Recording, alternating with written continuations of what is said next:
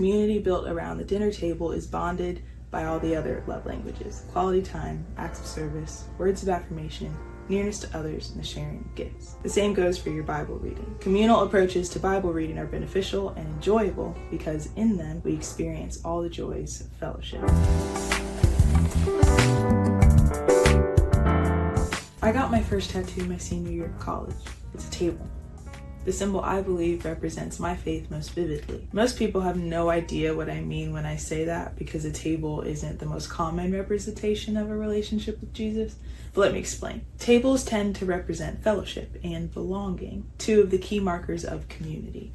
And when I consider what God asked of me and the grand invitation that is the gospel, the ask is simple. Will you join us at the table? Faith for me represents a permanent place at God's table, which means I'm not just a visitor, but a member of the family. My seat at the table represents my belonging with God, and in this community, the community of God, is where I first knew and felt truly that I belonged. So I did what any sensible 21-year-old would do, and I got it tattooed. Unfortunately, this video isn't about tattoos, but it is about the importance of community in our homes and our Bible reading.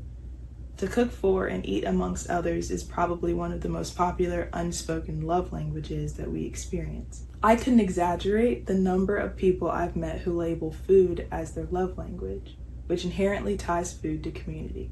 It's not surprising though, because community built around the dinner table is bonded by all the other love languages: quality time, acts of service, words of affirmation, nearness to others, and the sharing of gifts. The same goes for your Bible reading. Communal approaches to Bible reading are beneficial and enjoyable because in them we experience all the joys of fellowship. If you want to learn how to read your Bible, you should resolve at the beginning of your pursuit to include community in your practice. Without the investment of others, you leave your reading, interpretation, and learning susceptible to the effects of isolation. We're pretty quick to think it makes no difference if we read the Bible alone.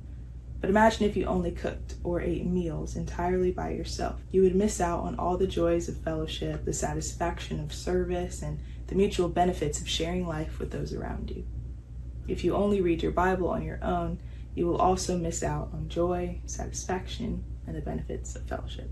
Reading with others not only strengthens your connection to those you study with, your quality time, shared ideas, etc., but it also holds you accountable to learning from different perspectives of the text. I'm sure if you've sat around a dinner table long enough, you've learned just how different you can be from the person sitting next to you. This isn't always a bad thing. It means you can learn from their outlook and they can learn from yours. Our engagement with the Bible is individual and personal, but only to a degree. It should be witnessed by others, validated, encouraged, and held accountable by people we trust and love. Healthy relationships are a part of healthy communities, as so many of our cultural commitments to sharing meals exemplifies. So, our engagement with the Bible should not be any different. My table tattoo reminds me of the life that the community of God freely gave me.